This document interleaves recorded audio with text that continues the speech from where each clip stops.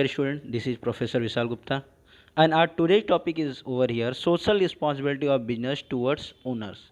अब सबसे पहले आप समझ लीजिए ओनर कौन होता है. Owner is the person who owns the business. Owner कौन होता है?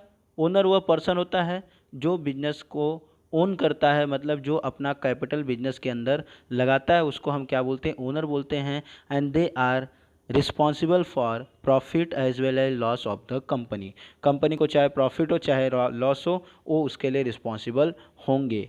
अब सिंपल बात यहाँ पर यह है कि अगर एक बिजनेस है तो उसकी जिम्मेदारियाँ अपने ओनर्स के लिए भी होती हैं जिन्होंने उसके अंदर पैसा लगाया है. तो उसकी क्या क्या जिम्मेदारियाँ होती हैं वो हमें यहाँ पे डिस्कस करना है. अच्छा, इससे पहले आपके माइंड में एक चीज़ आएगी, सर ओनर ही तो बिजनेस रन कर रहा है, तो बिजनेस की रिस्पॉन्सिबिलिटी ओनर के लिए क्या है? तो मैं आपको बता दूं, बड़ी बड़ी कंपनीज जो होती हैं उनके अंदर शेयर होल्डर्स होते हैं. वह शेयर होल्डर्स बिजनेस रन करने के लिए नहीं जाते हैं, बिजनेस रन करते हैं बोर्ड ऑफ डायरेक्टर्स, और वो बिजनेस को रन करते हैं. तो बिजनेस जब रन होता है तो जिन शेयर होल्डर्स ने उनको पैसे लगाए हैं, वहाँ पे जो पैसा इन्वेस्ट किया है, उन शेयर होल्डर्स के लिए, उन ओनर्स के लिए उस बिजनेस की कुछ रिस्पॉन्सिबिलिटीज बनती हैं, जो इस पॉइंट में हम लोग डिस्कस करने वाले हैं. तो यहाँ पे हम लोग एक शॉर्ट ब्रीफ में देख लेते हैं. पहला है reasonable profit. Next, exploring business opportunities, optimum use of capital, minimum waste, efficient business, fair practice on stock exchange, expansion diversification, periodic information, effective use of owners fund and creating goodwill. ठीक है, इसके बारे में हम लोग आगे अब detail में डिस्कशन करेंगे. तो बिजनेस की सबसे पहली रिस्पॉन्सिबिलिटी होती है रीजनेबल प्रॉफिट. अब रीजनेबल प्रॉफिट का मतलब क्या है? उचित प्रॉफिट कमाना. आप बोलेंगे क्यों? मैं बताता हूँ. जब कोई भी पर्सन बिजनेस के अंदर पैसा लगाता है एज अ ओनर, तो हमेशा वो पैसा ऐसे उसके पास टाइम पास के लिए एक्स्ट्रा पैसा नहीं पड़ेगा कि वो ला के लगा दिया बिजनेस के अंदर. वह चाहता है कि वहाँ से वो कुछ फ्यूचर में कमाए कुछ. अब एग्जांपल मैं बोल रहा हूँ, आप एक छोटा सा, चलो छोड़ो बड़े बिजनेस की बात छोड़ो, आपने एक छोटा सा चाय का अगर टपली चालू किया तो भी आप क्यों चालू करते हो? आप वहाँ पैसा क्यों लगाते हो? ताकि आप वहाँ से फ्यूचर में कुछ कमा पाओ.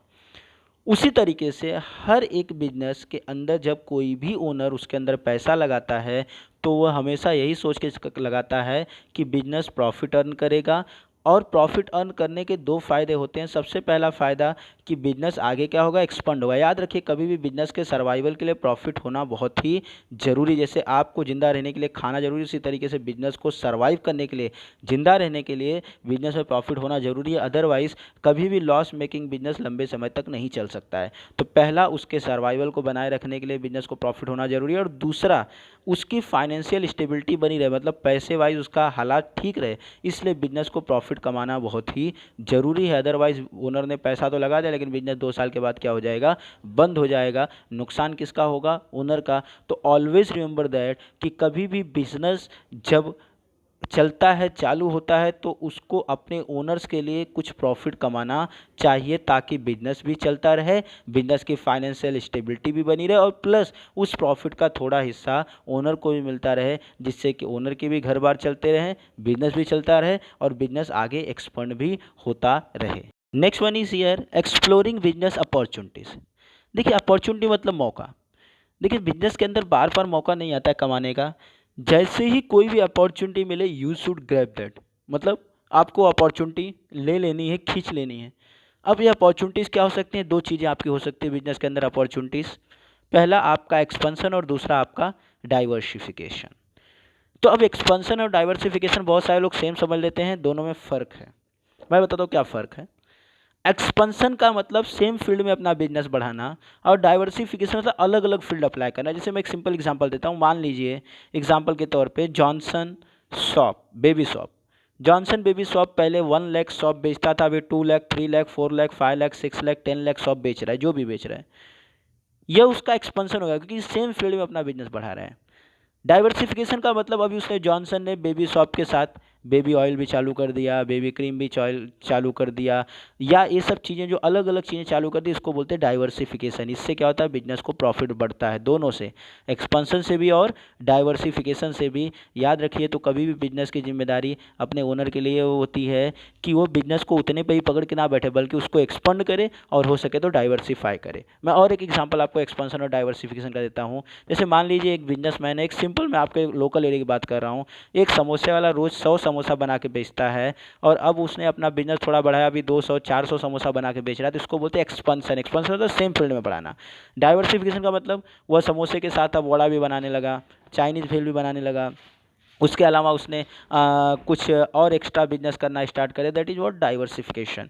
तो कभी भी एक्सपेंशन है डाइवर्सिफिकेशन की वजह से बिजनेस का प्रॉफिट बढ़ता है, बिजनेस में अपॉर्चुनिटीज़ बढ़ती है। सिंपल बात है, पहले आप खाली समोसा बेचते तो खाली आपको समोसे के कस्टमर मिलते थे, अभी आप वड़ा भजिया भी बेचने लगे तो आपको उनके कस्टमर भी मिलने के चांसेस बढ़ जाते हैं और जिससे कि प्रॉफिट बढ़ता है। तो याद रखिए किसी भी सक्सेसफुल बिजनेस के लिए यह बहुत ज़रूरी है कि वो ज़्यादा ज़्यादा अपॉर्चुनिटीज़ को गेन करे, ज़्यादा ज़्यादा अपॉर्चुनिटीज़ का फ़ायदा उठाए और जितना हो सके मैक्सिमम वो अपना एक्सपेंशन और डाइवर्सिफिकेशन करे, ताकि उसके ओनर को फ्यूचर में प्रॉफिट अच्छा मिले और उनका फ्यूचर बिजनेस का और उनका दोनों का फ्यूचर स्टेबल रहे। तो सिंपल इस पॉइंट का मतलब इतना सा है कि बिजनेस को क्या करना चाहिए, एक्सपेंशन और डाइवर्सिफिकेशन करना चाहिए अपने ओनर्स के लिए। Next, optimum use of capital. Capital मतलब जो भी चीज़ें बिजनेस के अंदर अवेलेबल है, चाहे वो मशीनरीज हो चाहे मनी हो, सब कुछ उसका उचित इस्तेमाल करना चाहिए। याद रखिए दो चीज़ें होती है, एक होता है रिस्क और दूसरा होता है रिवॉर्ड। अगर आप कोई भी पैसा इन्वेस्ट कर रहे हैं तो उसमें रिस्क कितना है, उसका रिवॉर्ड कितना है, दोनों का मैनेजमेंट करना बहुत ही ज़रूरी है। देखिए यहाँ पे available capital should be used carefully and efficiently. Carefully मतलब पूरे ध्यान से, एफिशिएंटली मतलब सही तरीके से। Business risk should be considered. जब आप कोई भी पैसा कहीं पर भी इन्वेस्ट करते हैं तो आपको इस बात का ध्यान रखना है कि वहाँ पे कितना रिस्क है।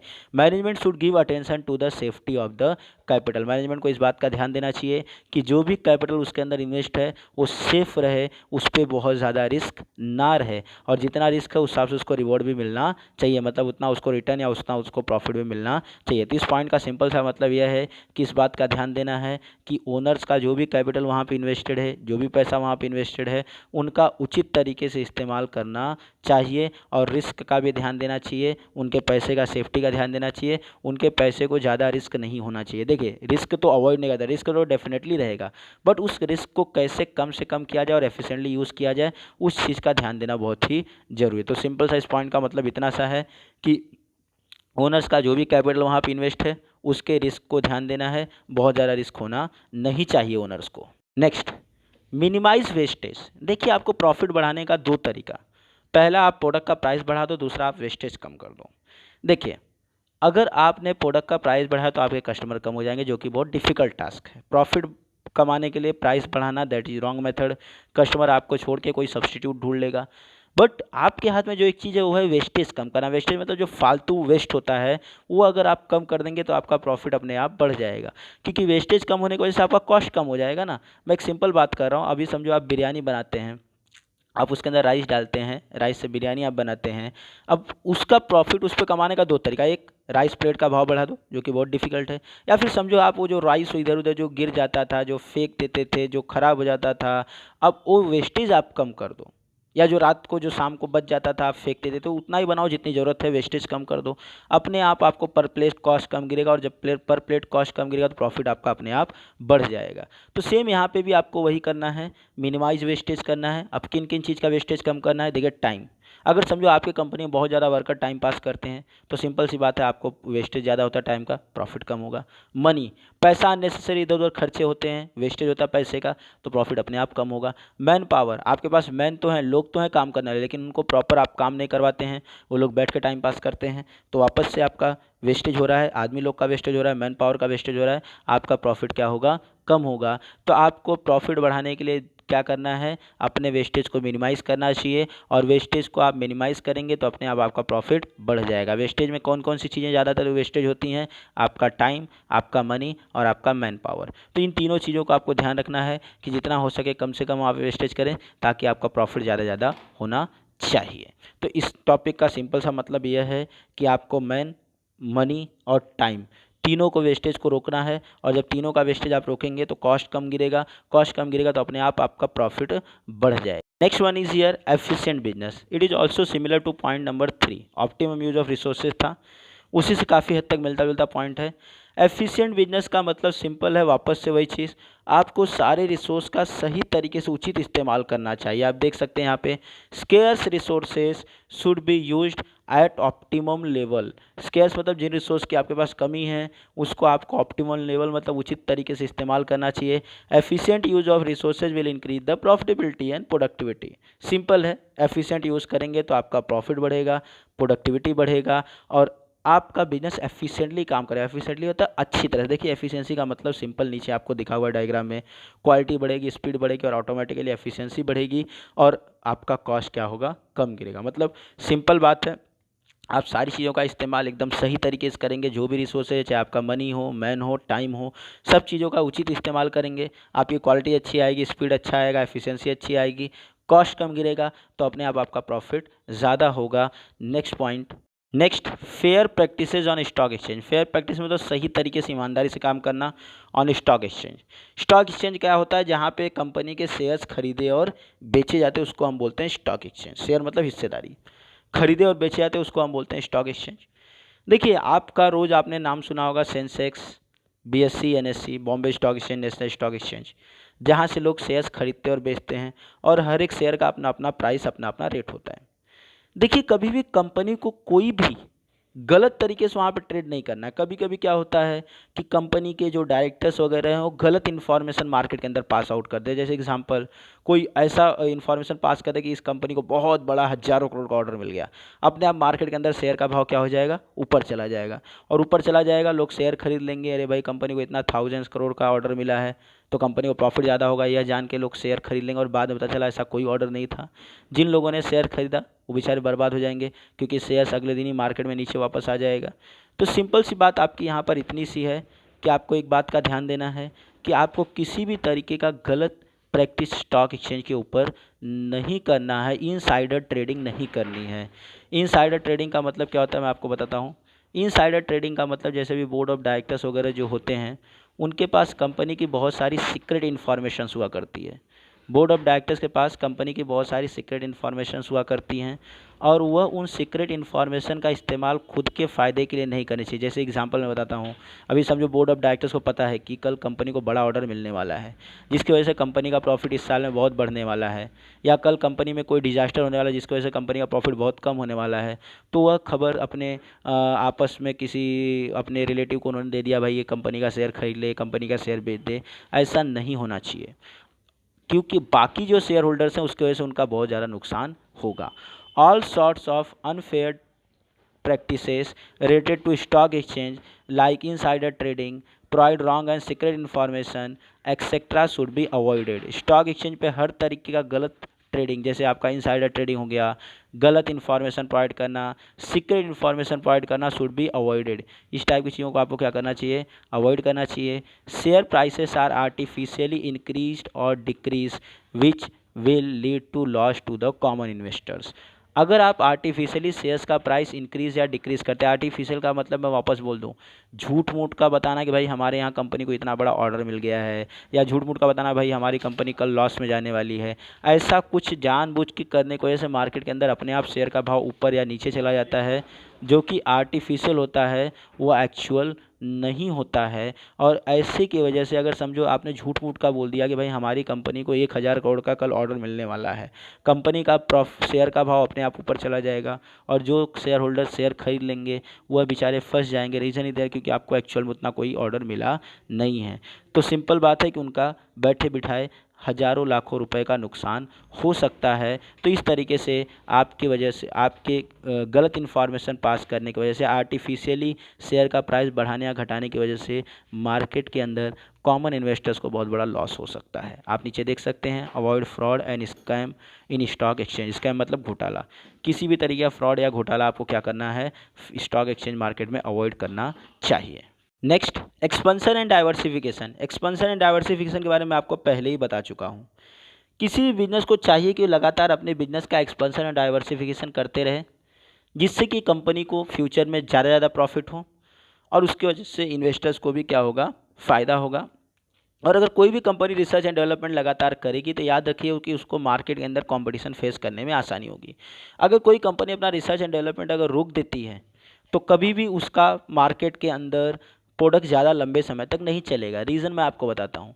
कभी भी कस्टमर हमेशा कुछ न्यू और एडवांस चाहता है। मैं आपको एक सिंपल एग्जांपल देता हूँ, सैमसंग और नोकिया। एक समय था जब नोकिया बहुत आगे था सैमसंग से और सैमसंग उसके बहुत पीछे था, लेकिन सैमसंग ने क्या किया, एंड्रॉयड लॉन्च किया और उसने अपना नया नया वर्जन हर महीने लाता गया।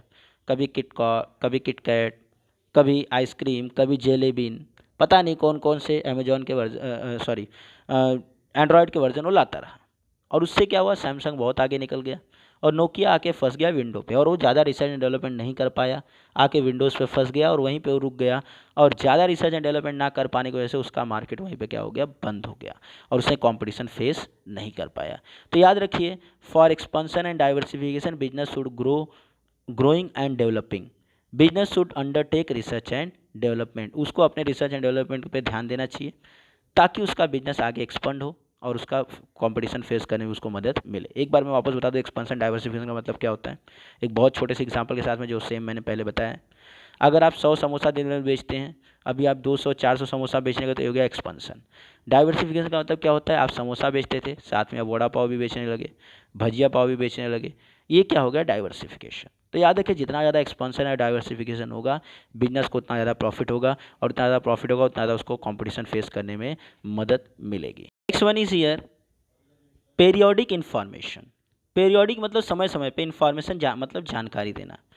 देखिए, किसी भी कंपनी की जिम्मेदारी है कि उसके जो भी ओनर्स हैं उनको समय समय पे लगातार उनको जानकारियां ओनर्स को देती रहे, कंपनी के पोजीशन के बारे में, कंपनी के प्रॉफिट के बारे में, कंपनी के बिजनेस के बारे में, कंपनी के एक्सपेंशन के बारे में, कंपनी के डाइवर्सिफिकेशन के बारे में, या फिर जो भी कुछ कंपनी के अंदर हो रहा है, आखिर वो ओनर हैं, वो मालिक हैं, उनको पता होना चाहिए। तो कंपनी कंटिन्यूसली क्या करनी चाहिए, सारी चीज़ें डिस्क्लोज करनी चाहिए। डिस्क्लोज करना तो बताना, कि अब वो कैसे बता सकती है, मैं बताता हूँ। लेटर भेज सकती है, सर्कुलर भेज सकती है, रिपोर्ट मेल कर सकती है, जिसके थ्रू उसके ओनर्स को, उसके शेयर होल्डर्स को कंपनी के बारे में पेरियोडिकली मतलब समय समय पे इंफॉर्मेशन मिलता रहेगा। Owner should get complete and accurate information about the financial position. Financial position मतलब कंपनी की पैसे वाइज हालत क्या है, उनका बैलेंस शीट क्या है, प्रॉफिट एंड लॉस क्या है, क्या पोजीशन है, कितना प्रॉफिट कितना लॉस, वो सब उनको समय समय पता चलते रहना चाहिए। तो कंपनी की जिम्मेदारी है कि अपने ओनर्स को, अपने मालिक को समय समय पर रिपोर्ट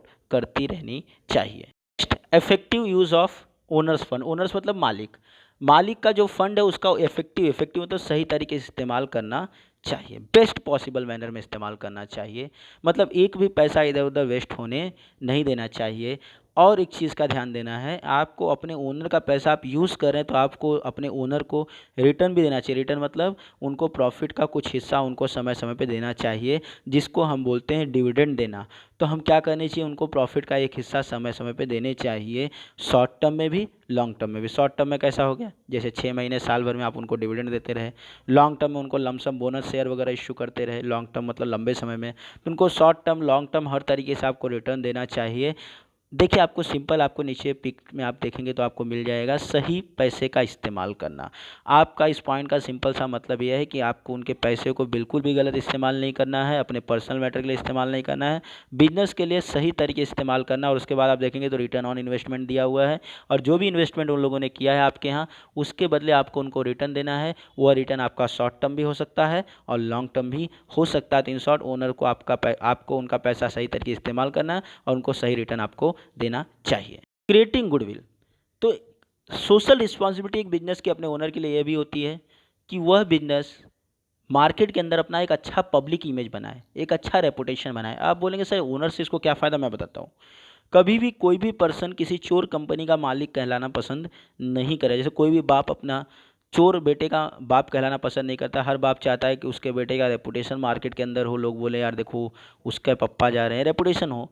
उसी तरीके से हर ओनर चाहता है कि जिस भी कंपनी का शेयर उसके पास है, जिस भी कंपनी का वो मालिक है, वह कंपनी मार्केट के अंदर ऐसा परफॉर्म करे कि लोगों के बीच में उस कंपनी का इमेज बनना चाहिए। और जब भी कोई बोले यार वो कंपनी बढ़िया है, तो you can say that yes I am the share holder of that company. तो याद रखिए, management should develop and maintain good public image. Management को एक अच्छा पब्लिक इमेज बनाए रखना चाहिए। और रेपुटेड कंपनी रहेगी तो मार्केट के अंदर उस कंपनी का लोगों में ट्रस्ट भी होता है, भरोसा भी बना रहता है। तो इस बात का भी आपको ध्यान रखना चाहिए कि मार्केट के अंदर उस कंपनी का रेपुटेशन बना रहे। चलिए, अब तक जो हमने पढ़ा उसका थोड़ा समरी देख लेते हैं। एक बिजनेस की अपने ओनर के लिए क्या क्या रिस्पॉन्सिबिलिटीज़ होती हैं। सबसे पहली रिस्पॉन्सिबिलिटी रीजनेबल प्रॉफिट कमाना, मतलब उचित प्रॉफिट कमाना चाहिए, जिससे बिजनेस का एक्सपेंशन और डाइवर्सिफिकेशन होगा। एक्सप्लोरिंग बिजनेस अपॉर्चुनिटी, जो भी मौका मिले बिजनेस को उसका इस्तेमाल करना चाहिए एक्सपेंशन एंड डाइवर्सिफिकेशन के लिए। ऑप्टिमम यूज़ ऑफ कैपिटल, जो भी कैपिटल है उसका उचित तरीके से इस्तेमाल करना चाहिए। रिस्क फैक्टर भी ध्यान देना चाहिए कि कैपिटल को बहुत ज़्यादा रिस्क ना हो, अनसेफ ना हो, सेफली तरीके से यूज़ करना चाहिए। मिनिमम वेस्टेज, वेस्टेज को कम से कम करना चाहिए, क्योंकि जितना कम वेस्ट होगा, चाहे टाइम हो, चाहे मनी हो, चाहे मैन पावर हो, जितना कम वेस्ट होगा प्रॉफिट उतना ज़्यादा होगा। एफिशिएंट बिजनेस, आपको बिजनेस एफिशिएंटली सही तरीके से करना चाहिए। एफिशिएंट बिजनेस से क्या फ़ायदा होता है? सिंपल है, आपका प्रॉफिट ज़्यादा होता है, क्योंकि आप सही तरीके से सब चीज़ यूटिलाइज़ करेंगे तो आपकी कॉस्ट कम गिरेगी, प्रोडक्टिविटी बढ़ेगी और प्रॉफिटेबिलिटी बढ़ेगी। Fair practice on stock exchange, stock exchange मतलब शेयर मार्केट, जहां पर आपका शेयर खरीदा और बेचा जाता है। आपको किसी भी तरीके से आर्टिफिशियली अपने शेयर्स का भाव बढ़ाना या घटाना नहीं है, कोई भी इनसाइडर ट्रेडिंग नहीं करनी है, कोई भी सीक्रेट इन्फॉर्मेशन लीक नहीं करना है। तो आपको ईमानदारी से स्टॉक एक्सचेंज पर ट्रेड करना है। उसके अलावा एक्सपेंशन एंड डाइवर्सिफिकेशन, सेम वापस से आपको अपने बिजनेस को ज़्यादा ज़्यादा एक्सपांड और डाइवर्सिफाई करना है, जिससे कि बिजनेस को ज़्यादा ज़्यादा प्रॉफिट हो। पीरियोडिक इन्फॉर्मेशन, समय समय पे कंपनी के बारे में इंफॉर्मेशन शेयर होल्डर्स को आपको बताना है, आपको अपने ओनर्स को बताना है। Effective use of owners fund, आपको ओनर्स के फंड का, ओनर्स के पैसे का इफ़ेक्टिवली मतलब उचित तरीके से इस्तेमाल करना है, एक भी पैसा इधर उधर वेस्ट नहीं करना है। क्रिएटिंग गुडविल, आपको अपनी कंपनी का मार्केट के अंदर रेपुटेशन जनरेट करना है, मार्केट के अंदर इमेज जनरेट करना है। याद रखिए, जिस कंपनी का रेपुटेशन मार्केट के अंदर होता है, लोग उसी कंपनी के ऊपर ट्रस्ट किया करते हैं। तो आपको अपनी कंपनी का गुडविल मेंटेन रखना है। I hope all of you have enjoyed and learned many things from this video. And if still anybody have any doubt or confusion, you can ask in comment. And if any suggestion and guidance, you can put in the comment. I will apply from next video. Thank you very much to all of you for watching the video.